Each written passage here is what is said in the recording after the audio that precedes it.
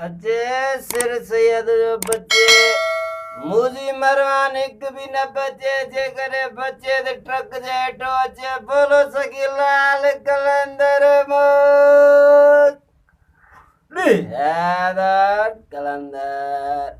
अस्सलाम वालेकुम नाज़रीन, तहां ॾिसी रहिया आहियो दरपदर स्टूडियो ऐं दरपदर स्टूडियो में असांजो अॼु जो महिमान आहे मवाली।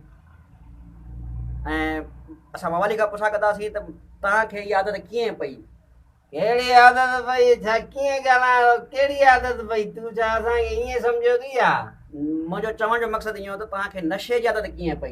सिधी ॻाल्हि कर नशे जी आदत कीअं पई इहो दोस्तनि जो मुंहुं कारो हुआ।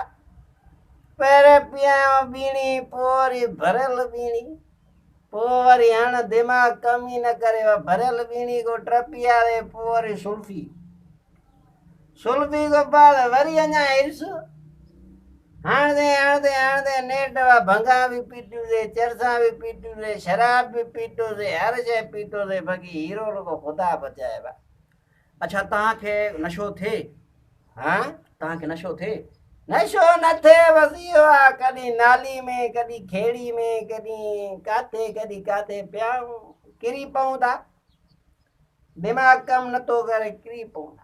अच्छा तव्हां नशे जे दौरान तव्हांखे कोई यादगार अहिड़ो वाक़ियो हुजे जेको तव्हां नशे जे दौरान तव्हां सां वाक़ियो पेश आयो हुजे? हा नशे जे दौरान अहिड़ी ॻाल्हि ए केरु आहे इहो तव्हांजो लाइव टेलीकास्ट हले थो ऐं तव्हां पंहिंजो सिगरेट बि जेको आहे न हिकु पासे लिकाए रखो छो जो साम्हूं ॾिसनि था व्यूअर्स।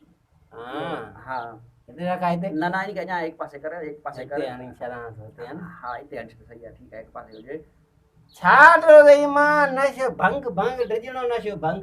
हा भंग भटारी पीवा मां जो जीअं आयमि घर रे हीअं ॾिसां कमरे में गिरम बा हेॾो वॾो शींहुं आहे शींहुं शींहुं मारे ॾिसे थो मां बि शींहुं ने ॾिठमि मां जो शींहुं जे साम्हूं आयो आहे न वेंदे मां थोरो अॻिते छुरियमि शींहुं बि थोरो अॻिते छुरियो वरी मां अॻिते छुरियमि वरी शींहुं अॻिते छुरियो यानी कि तव्हां ॿई हिक ॿिए जे वेझे वञूं पिया।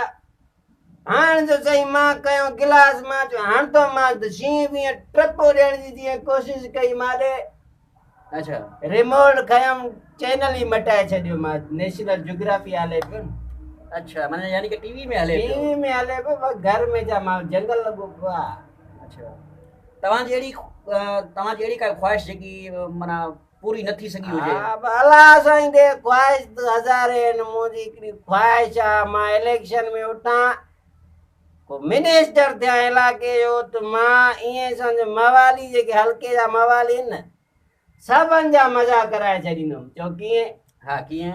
रोड ते लाइसेंस ॾेई छॾींदुमि बा मांडली ते बि चर्च रखो आफीम रखो भंग भटारी रखो वॾा मेखाना जेको आहे भट्टी जे तौर ते ठाहे छॾींदुमि बाबा अचो मुफ़्त में पीटियूं वञो भंग मुफ़्त में चर्च मुफ़्त में बाबा भई जेको हीरोनी मुंहुं ते चढ़ियो न चमाट बूथ वारी न नशो जो तव्हां मुफ़्त में हलाईंदव त इहो पंहिंजो पैदावार जेको थिए थो उन खां तव्हां कीअं ख़रीद कंदव?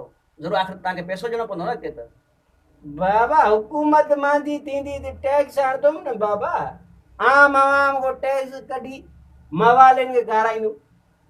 जीअं सियासतदान असां आम माण्हुनि को टैक्स खणी पाण खाइनि था सियासतदाननि खे खाराईंदा न त मुंहिंजी पार्टी जेकी आहे मवालिन जी पार्टी थींदी मां पाण मवालिन खे खाराईंदुमि करप्शन करे मेखाना हणाए ॾींदोमान वॾा वाह साईं वाह। हा न इहा मां आख़िरी ख्वाहिश अलाह ताईं मां मिनिस्टर बणाए मां पंहिंजे मवालिन जे लाइ मेखाना हणां चौंक ते।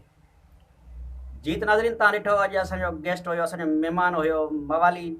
आईंदा कंहिं ॿिए प्रोग्राम सां गॾु तव्हां सां हाज़िर थींदासीं तेसीं ताईं ॾियो असांखे इजाज़त ऐं असांजे चैनल खे ॾिसंदा रहो ऐं सब्सक्राइब कंदा रहो ऐं कमेंट में असांखे पंहिंजी राय खां आगाह कंदा रहो तेसीं ताईं ॾियो असांखे इजाज़त।